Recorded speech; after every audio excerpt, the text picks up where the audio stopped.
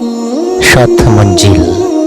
ইসলামে এমন কোন পোশাকই নাই যেটাকে আলেমদের পোশাক এই নামকরণ করে ছাড়া হবে বা এই নামকরণে দেখা হবে, এরকম কোনো পোশাকই নাই। ওয়ালা লিবাসুন ইউসাম্মা লিবাসুস সালিহিন, এমন কোনো পোশাক নাই যেটা সৎ মানুষের পোশাক হিসাবে পরিচিত করা যায়, এমন কোনো পোশাকই নাই। এখানেও একটা আয়াতের তরজমা ভুল করে, ওই যে লিবাসু ওয়া লিবাসুত তাকওয়া কোরআন একটা আয়াত আছে, তারা তাফসীরও পড়ে না যে অধিকাংশ মুফাসসির লিবাসুত তাকওয়া বলতে ডাইরেক্ট অন্তরের তাকওয়াকে বলছে, এটা সুতার কোনো পোশাককে লিবাসুত তাকওয়া বলা হচ্ছে না। এই তাফসীরটুকু আমাদের পড়া নাই। দেখেন আমাদের ধৈন্যতা এবং পড়ালেখার ঝুলি এবং দেউলিয়াত্ব কি পরিমাণ হতে পারে।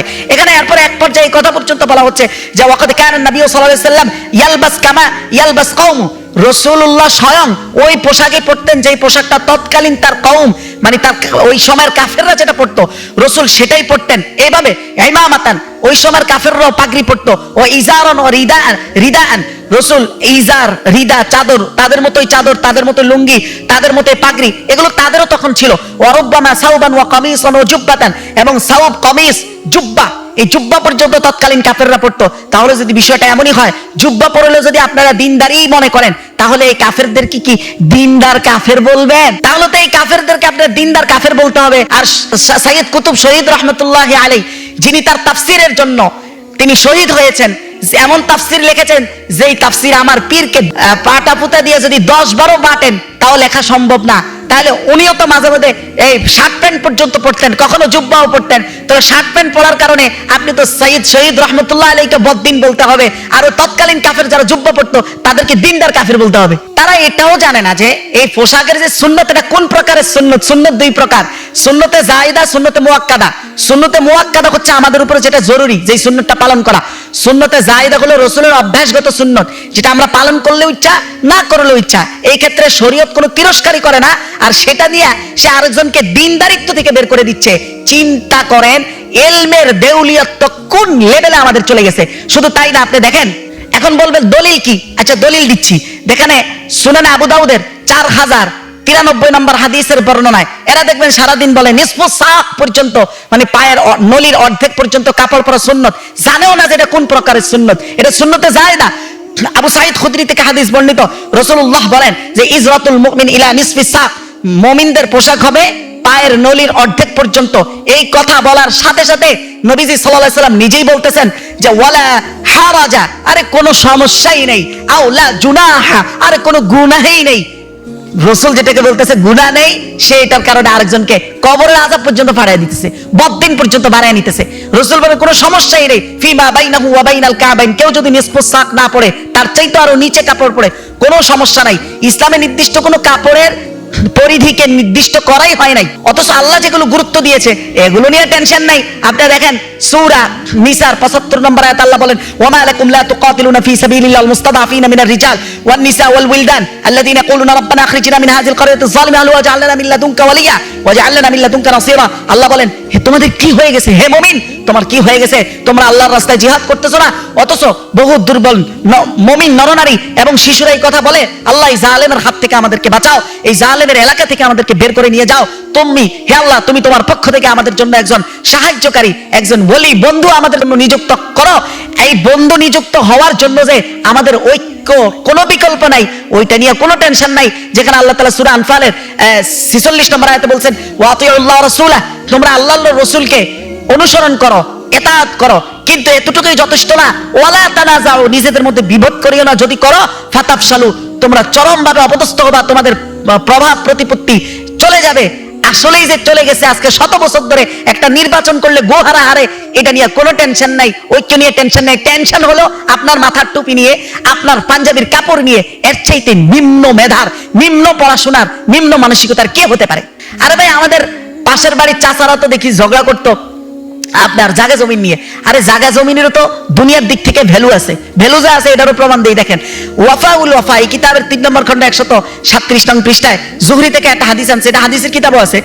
সেখানে জুহরি থেকে একটা হাদিস আনা হয়েছে, যেখানে আপনার যখন মুসলমানরা মদিনায় যায়, তাদের খুবই পানির সংকট, তাদের নিজস্ব কোনো পানির কূপ নাই, ব্যবস্থা নাই।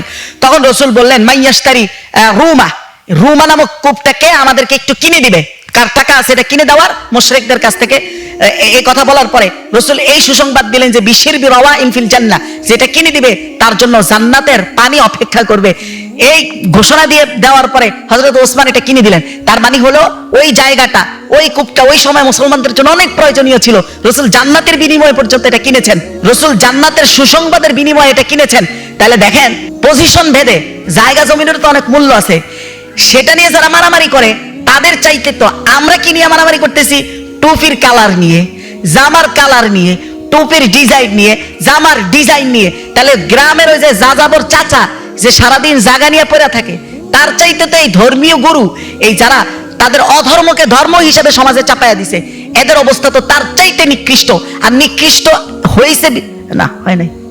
আর এই নিকৃষ্টতা দেখার পরে এটা বুঝতে আর বাকি থাকে না যে রাসূলুল্লাহ নিজেই বলেছিলেন একটা সময় আসবে আসমানের নিচে সবচেয়ে নিকৃষ্ট মানুষ হবে আলেমরা, সবচেয়ে নিকৃষ্ট প্রাণী হবে এরাই।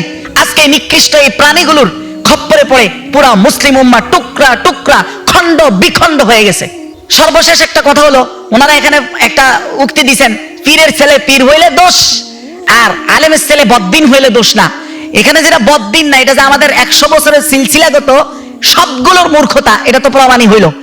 এখন যদি ধরেও নেই যে এটা একটা বদ্দিন ছিল, এটা ধরে নিলাম আর কি তর্কের খাতিরে, তাও আমি বলবো হ্যাঁ, আলেমের ছেলে বদ্দিন হইলে সমাজের এত ক্ষতি হয় না যতটা ক্ষতি হয় পীরের ছেলে মূর্খ হয়েও পীরের বেশ সামাজিক কারণে তার সিলসিলার জোরে মূর্খ হয়েও পীরের ভেষ ধরলে সমাজের যত ক্ষতি হয়, আলেমের ছেলে বদ্দিন হইলেও সমাজের তত ক্ষতি হয় না। দলিল আসেন, দলিল দেই।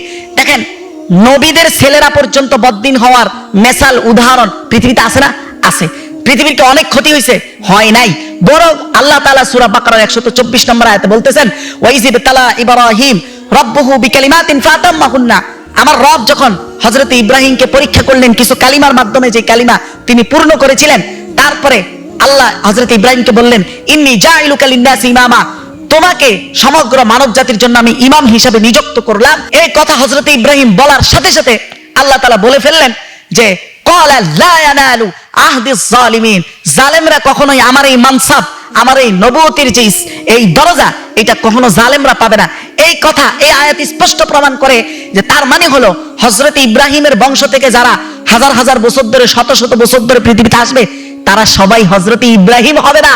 তবে এইটা এত ক্ষতিকর নয়, যদি হযরত ইব্রাহিম না হয়েও হযরত ইব্রাহিমের ভেষ কেউ ধরে ফেলতে পারে, নবী না হয়েও নবীর ভেষ কেউ ধরে ফেলতে পারে, ওইটা ক্ষতিকর।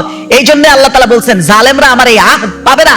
তার মানে হলো জালেম আসবে, কিন্তু সেটা তত ক্ষতিকর নয়। ঠিক একই ভাবে আলেমের ছেলে বদ্দিন হবে, এটা তত ক্ষতিকর নয় যত ক্ষতিকর এই পীরের যোগ্যতা না রেখেও, শিক্ষাগত যোগ্যতার পূর্ণতা না থাকা সত্ত্বেও শুধু মানসাবের কারণে, সিলসিলার কারণে যখন সে ভেষ ধারণকারী হয়, সেটা সমাজের জন্য যত ক্ষতিকর। আল্লাহ আমাদেরকে বুঝার তৌফিক দান করুন। ভিডিওটি ভালো লাগলে লাইক ও সাবস্ক্রাইব করে পাশে থাকবেন। ধন্যবাদ।